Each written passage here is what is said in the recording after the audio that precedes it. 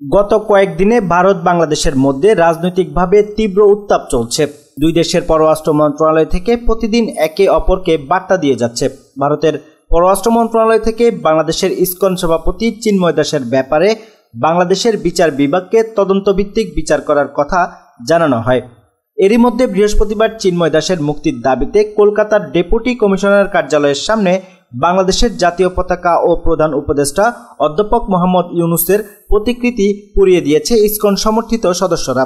এমন ঘটনার জন্য ভারতের পররাষ্ট্র মন্ত্রণালয় থেকে এক বিবৃতিতে দুঃখ ও গভীর উদ্বেগ প্রকাশ করা হয়। বঙ্গীয় হিন্দু জাগরণ নামের একটি সংগঠন এই সহিংসতা করেছে বলে জানানো হয় বিবৃতিতে।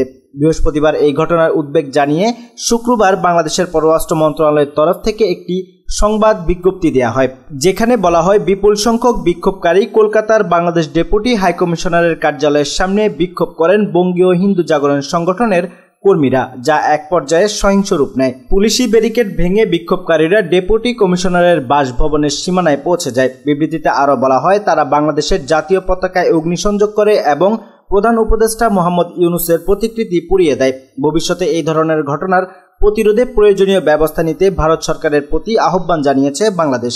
উল্লেখ্য, 25 নভেম্বর বাংলাদেশের ইসকন মুখপাত্র চিন্ময় দাসকে গ্রেফতার করা হয়। 26 নভেম্বর চট্টগ্রাম আদালতে তোলা হয় তাকে। চিন্ময় মুক্তির দাবিতে ইসকন সমর্থকরা আদালত প্রাঙ্গণে ব্যাপক সহিংসতা করে, যার ফলে সেই সহিংসতায় জীবন দিতে হয় চট্টগ্রাম আদালতের আইনজীবী সাইফুল ইসলাম আলিফকে।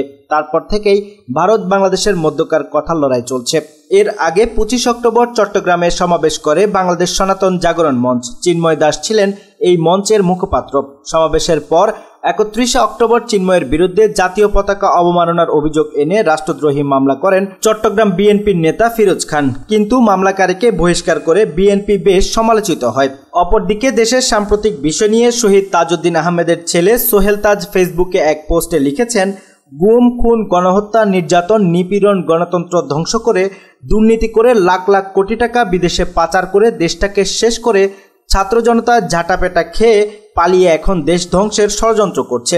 তিনি আরও বলেন, ধর্মীয় সম্প্রীতি নষ্ট করে লাশের উপর দিয়ে ক্ষমতায় ফিরে আসার চেষ্টা করছেন।